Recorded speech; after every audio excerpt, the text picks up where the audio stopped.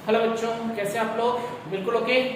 तो बेटा इस वीडियो में हम लोग डिस्कस करने वाले हैं न्यूमेरिकल और मिरर फार्मूला। मिरर फार्मूला और लेंस फार्मूला पे क्वेश्चन जरूर आएगा आपके पेपर में।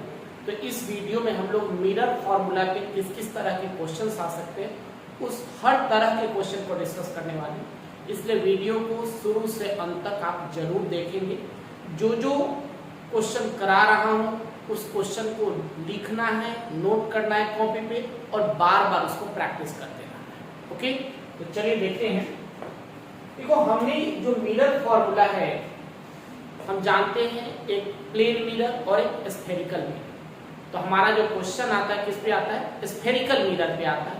तो कुछ बेसिक बातें हैं जिसका जानकारी हमारा होना बहुत ही जरूरी है। तो देखो, हम जानते हैं कि मान लिया जाए हमारा स्फीयर है और स्फीयर का ये क्या है? डायमीटर।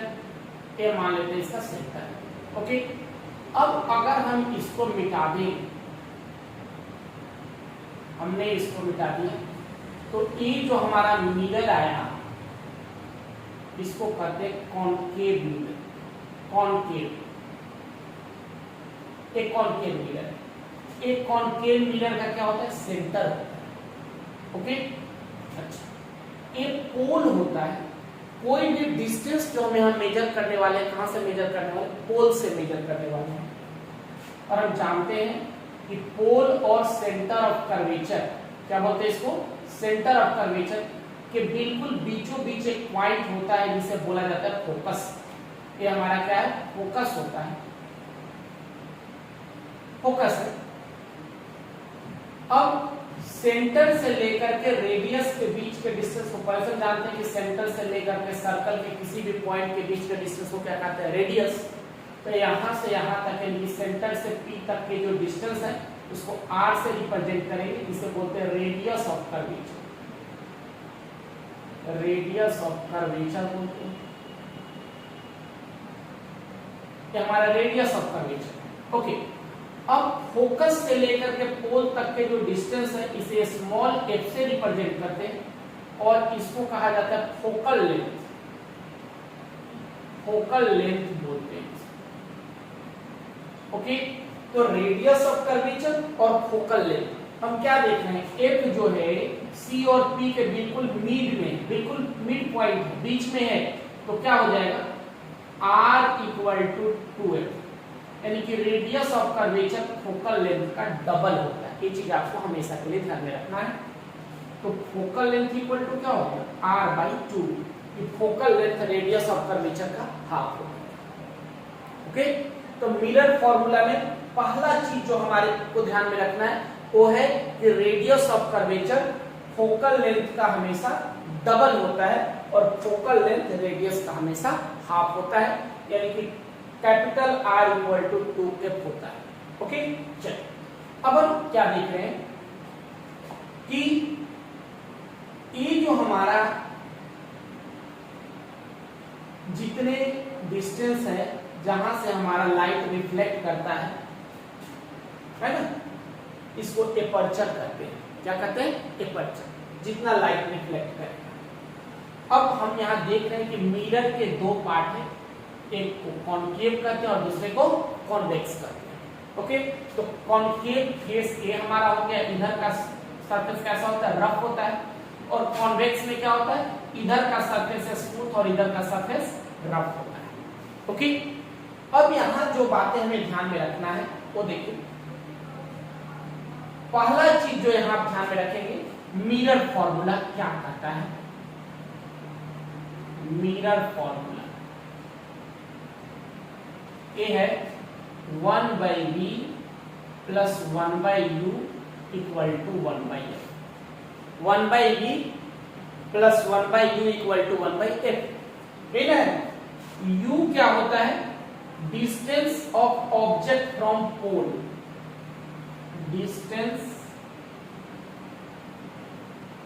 डिस्टेंस ऑफ ऑब्जेक्ट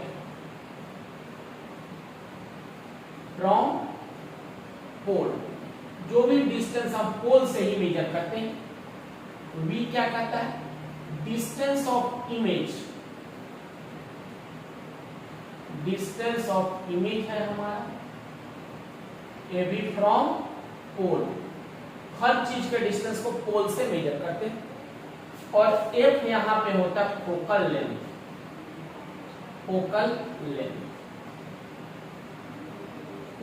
ये तो आपको पता चल गया कि हमारा मिरर फॉर्मूला है 1/v + 1/u = 1/l।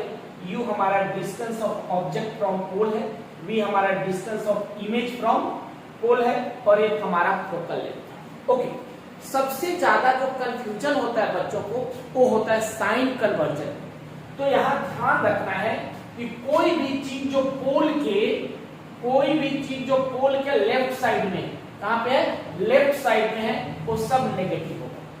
कोई भी चीज जो पोल के लेफ्ट साइड में हो क्या होगा, नेगेटिव होगा। अब देखिए, जब हम इधर से फोकस मार रहे हैं, यानी कि इधर से जब लाइट दे रहे हैं, ऑब्जेक्ट हमेशा कहां रखते हैं, लेफ्ट साइड में रखते हैं।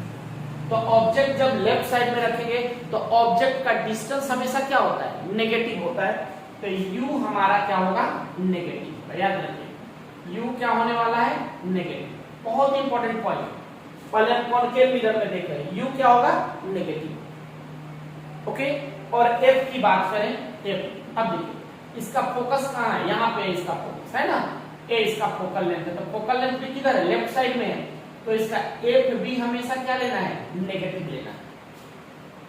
u भी नेगेटिव है, एफ भी नेगेटिव है, किसका, कॉनकेव मिरर। ओके, कॉन्वेक्स में अगर हम बात करें तो देखिए ऑब्जेक्ट को हमेशा लेफ्ट साइड में रखना है, तो u इसमें क्या होता है, नेगेटिव। लेकिन आप फोकस यहां देख रहे हैं, फोकल लेंथ इसका यहां पे है, इधर है राइट साइड में, पोल के राइट साइड में फोकल लेंथ है, तो पोल के जो चीज राइट साइड में होगा वो क्या होगा, पॉजिटिव होगा। तो इसका फोकल लेंथ होता है पॉजिटिव। बहुत ही इंपॉर्टेंट पॉइंट है। कॉनकेव मिरर में हम क्या देख रहे हैं कि हमारा u नेगेटिव होगा और f भी नेगेटिव। ओके, कॉन्वेक्स मिरर में हम क्या देख रहे हैं, u नेगेटिव होगा और f हमारा पॉजिटिव होगा। ये डिफरेंस आपको ध्यान में रखना है। ओके, अब v जो है, v हमारा डिपेंड करता है कि कहां पे हमने ऑब्जेक्ट रखा। तो अगर v हमारा पॉजिटिव आता है, v क्या आ गया, पॉजिटिव, तो इसे बोलेंगे वर्चुअल और इरेक्ट।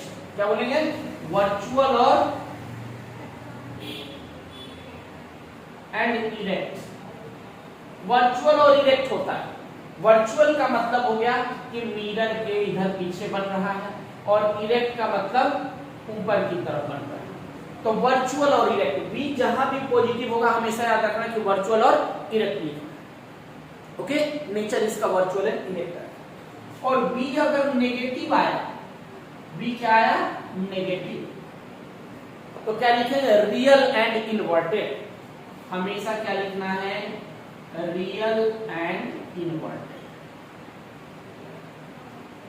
ओके, चाहे हमारा ए कॉनकेव मिरर में हो या कॉन्वेक्स मिरर में।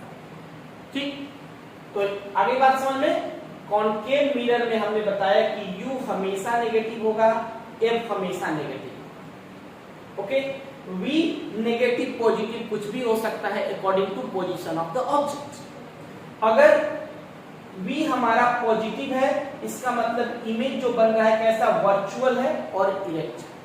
अगर v नेगेटिव है तो इमेज कैसा बनेगा, रियल एंड इनवर्टेड है।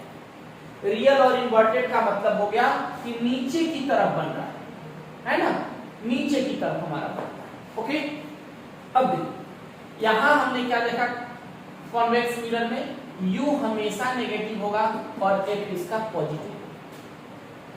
अब v फिर हमारा डिपेंड करेगा किसके ऊपर, ऑब्जेक्ट को हमने कहां पे रखा। क्लियर हो गया। तो आपने देखा कि मिरर फॉर्मूला क्या है और साइन कन्वर्जन, कौन पॉजिटिव होगा और कौन नेगेटिव, ये आपको हमेशा ध्यान में रखना है। एक चीज और यहां टर्म हम लोग सीखेंगे, मैग्निफिकेशन। मैग्निफिकेशन m से रिप्रेजेंट करते हैं मैग्निफिकेशन। तो मैग्निफिकेशन क्या होता है, क्या होता है मैग्निफिकेशन, रेशियो होता है किसका, ऑब्जेक्ट के डिस्टेंस का और इमेज के डिस्टेंस का, या ऑब्जेक्ट के हाइट का, इमेज का हाइट का।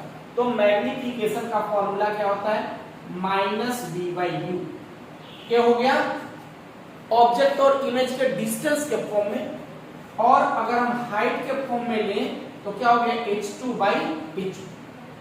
ओके, h2 यहां हो गया इमेज का हाइट, इमेज हाइट होता है हमारा, और h1 जो है ऑब्जेक्ट का हाइट होता है।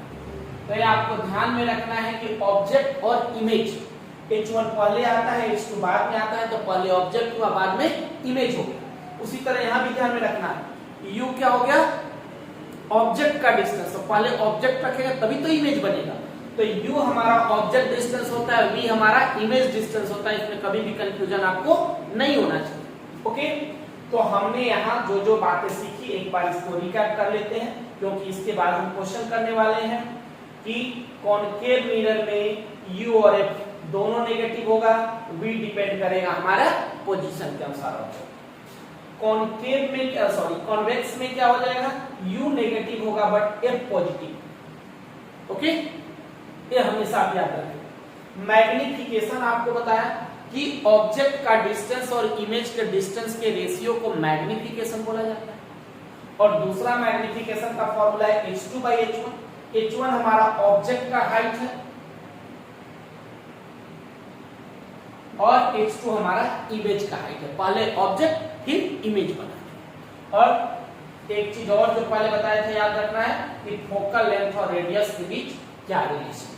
इतनी बातें अगर आप ध्यान में रखते हो तो मुझे नहीं लगता कि इसके न्यूमेरिकल में किसी भी तरह की कोई परेशानी आपको होने वाली है। ओके,